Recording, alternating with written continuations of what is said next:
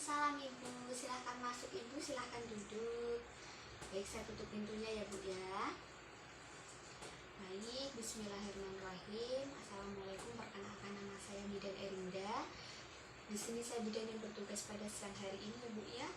Baik, ada yang bisa kami bantu Ibu? Baik. Sebelumnya dengan Ibu siapa? Ibu Indah, usianya Ibu ke 6 tahun.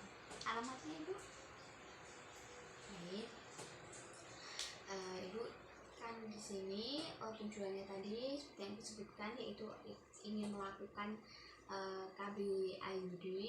Nah, sebelumnya apakah Ibu sudah pernah mendapatkan konseling tentang KB IUD ini atau sudah mengetahui informasi tentang KB IUD ini? Belum. Nah, karena belum, nanti sebelum tindakan pemasangan, yaitu yang pertama saya akan memberikan konseling informasi terkait dengan KB IUD ini, kemudian akan dilakukan screening atau penapisan apakah Ibu memasuki kategori wanita yang bisa menggunakan KB IUD atau tidak.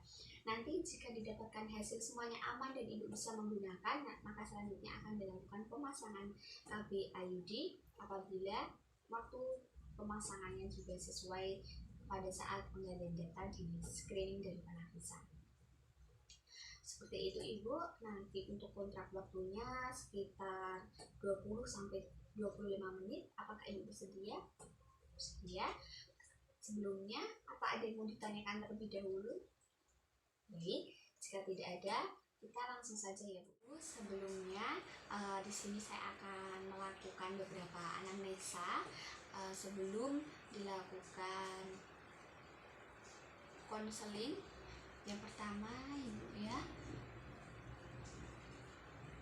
dengan Ibu Indah dan 5 tahun. Untuk hari menstruasi terakhirnya Ibu tanggal berapa? Sekarang sedang hari keberapa Ibu? Hari ketiga. Baik, berarti tanggal 7 April ya Bu ya. Biasanya untuk haidnya berapa hari? Seminggu. Ada keluhan nyari yang hebat setiap haid tidak Ibu? Tidak ada, alhamdulillah. Kemudian Ibu anaknya berapa? 1. Pernah mengalami keguguran atau pernah melahirkan kemudian bayinya meninggal?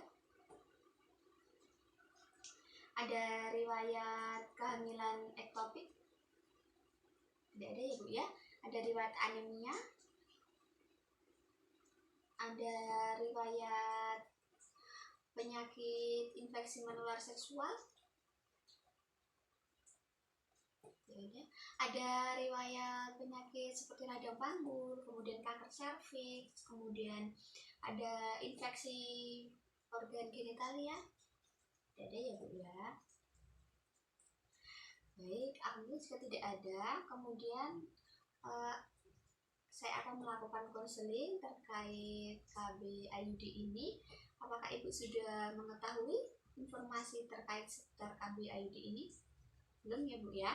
Nah, jika belum, saya akan memberikan hal yang perlu diketahui dari KB IUD ini. Ibu bisa sambil melihat BPK yang saya tunjukkan ya Bu ya. Jadi untuk KB IUD ini keefektivitasannya efektif digunakan bisa sampai 94% selama penggunaannya baik dan benar.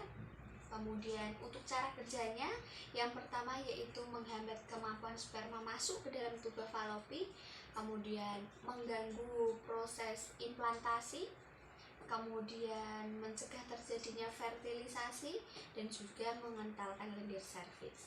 Untuk keuntungan dari KB IUD ini seperti efektif digunakan, kemudian tidak mengganggu hubungan seksual, kemudian efektif digunakan berjangka lama bisa sampai 10 tahun ya Bu ya. Kemudian tidak ada efek samping hormonal, tidak mempengaruhi kualitas dan volume ASI jika masih menyusui, dan juga dapat digunakan sampai menopause dan tidak ada interaksi dengan obat-obatan. Kemudian untuk keterbatasannya dari KB IUD ini, yang pertama yang umum terjadi biasanya terjadi perubahan pola atau siklus haid, kemudian haidnya lebih lama atau lebih banyak, dan terjadi spotting atau perdarahan, ngeflek antar siklus menstruasi, kemudian ada sedikit nyeri saat menstruasi. Batasan selanjutnya yaitu seperti tidak bisa melindungi dari infeksi menular seksual, penyakit IMS ya Bu ya. Kemudian tidak juga melindungi dari penyakit infeksi. Kemudian untuk jenis-jenis dari IUD ini sangat banyak sekali ya Bu ya. Ibu bisa sambil lihat, ada IUD generasi pertama, diantaranya Kaper 200, Kaper nomor 7, kemudian untuk Kaper T 380A, ada Novate, ada Delta, ada juga MLCU 375. Ibu bisa memilih salah satu, dan dari beberapa jenis IUD ini juga memiliki rentang daya kerja yang berbeda, seperti ada yang 5 tahun, ada yang 3 tahun. Untuk yang Kaper T380A ini bisa digunakan sampai 8 tahun, atau juga ada yang menyebutkan sampai 10 tahun. Ibu bisa memilih salah satu. Oh baik, Ibu akan menggunakan Kaper T380A ini ya. Untuk kemungkinan dan efek samping nanti setelah pemasangan bisa muncul flek-flek dan sedikit nyeri, biasanya hilang 1-2 hari. Ibu sudah yakin menggunakan jenis IUD yang Kaper T380A ini? Baik, jika sudah, dari konseling yang saya lakukan tadi, apakah ada yang mau ditanyakan? Ibu ada pertanyaan?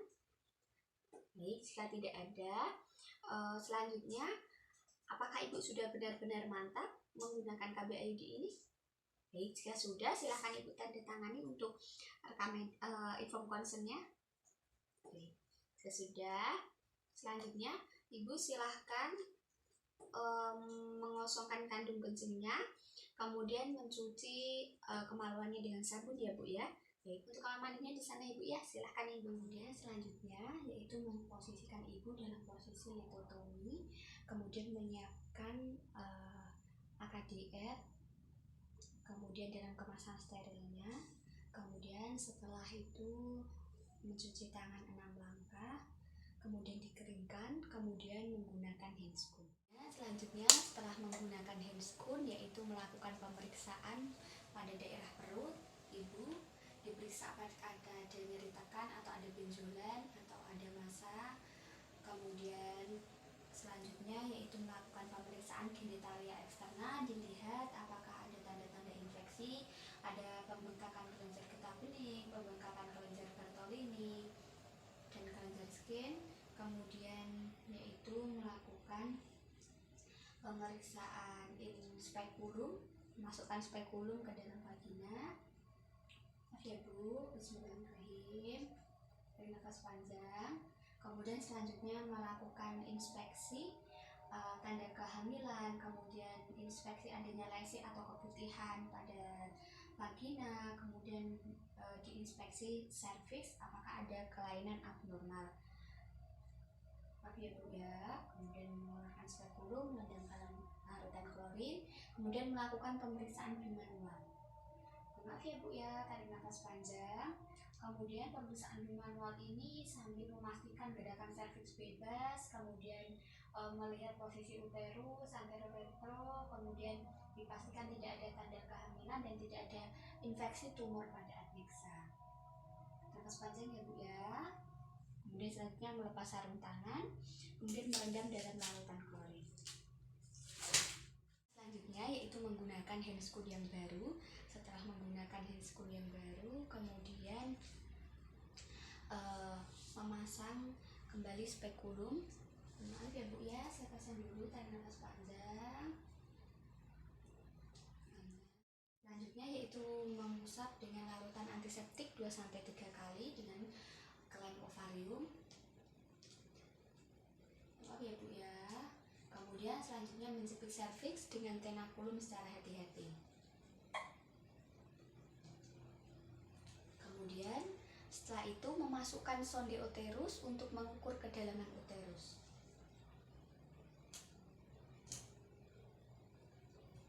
Kemudian setelah didapatkan ukuran dari uterus, kemudian menggeser biru pada inserter disesuaikan dengan ukuran uterus.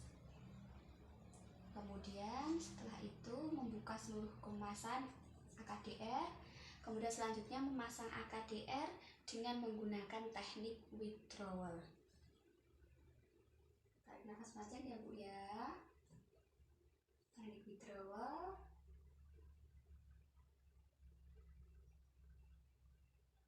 Kemudian menggunting benang AKDR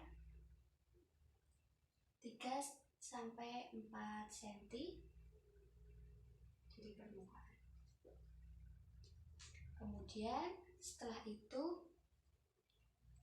melepas dan mengeluarkan tenakulum secara hati-hati.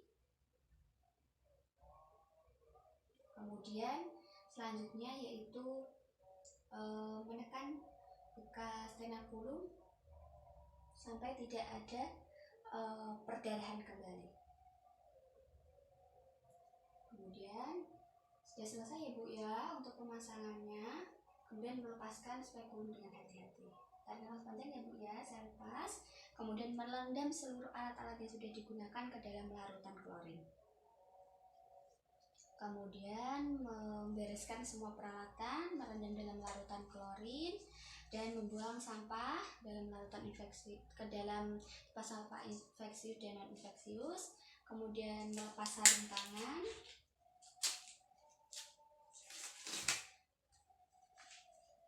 Kemudian mencuci tangan 6 langkah menggunakan sabun dan air, kemudian mengamati ibu selama 15 menit sebelum memperbolehkan ibu pulang. Baik, alhamdulillah ibu sudah dilakukan pemasangan untuk KB IUD-nya ya Bu ya.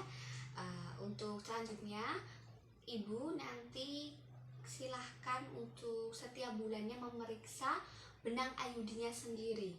Nah, untuk caranya yang pertama yaitu ibu biasanya lebih baik kami sarankan ketika setelah menstruasi, selesai menstruasi itu setiap bulannya mengecek benang sendiri. Sebelumnya cuci tangan dengan sabun dulu, pastikan tangan bersih, kemudian berdiri, kemudian menggunakan kursi atau papan atau apa yang satu ada permukaan lebih tinggi, yang satu kaki diangkat dan dinaikkan ke situ. Jadi di kaki satu diangkat, posisi berdiri, kemudian menteraba dengan jari apakah benangnya bertambah panjang atau bertambah pendek atau benang tidak teraba. Nanti apabila benang tidak teraba, ibu bisa kembali ke fasilitas kesehatan untuk kontrol. Dan juga apabila ditemukan efek samping dari pemasangan KB IUD ini atau ditemukan keluhan seperti nyeri perut bagian bawah yang sangat hebat, kemudian perdarahan pervaginam yang terus menerus, kemudian nyeri dan lain sebagainya, ibu juga bisa kembali ke fasilitas kesehatan untuk memeriksakan keadaannya. Dan nanti efek samping setelah pemasangan ada sedikit nyeri dan sedikit flek-flek, nanti biasanya akan hilang 1-3 hari ya Bu ya. Ada yang mau ditanyakan Ibu? Baik, jika tidak ada pertanyaan, Ibu boleh pulang. Untuk waktu kontrolnya 1 minggu lagi ya Bu ya. Nanti 1 minggu lagi Ibu kembali untuk kami kontrol bagaimana posisi IUD-nya. Setelah 1 minggu kita evaluasi. Dan juga yang perlu Ibu ketahui bahwa untuk KB IUD ini kapanpun Ibu mau lepas atau berhenti, Ibu bisa datang ke fasilitas kesehatan.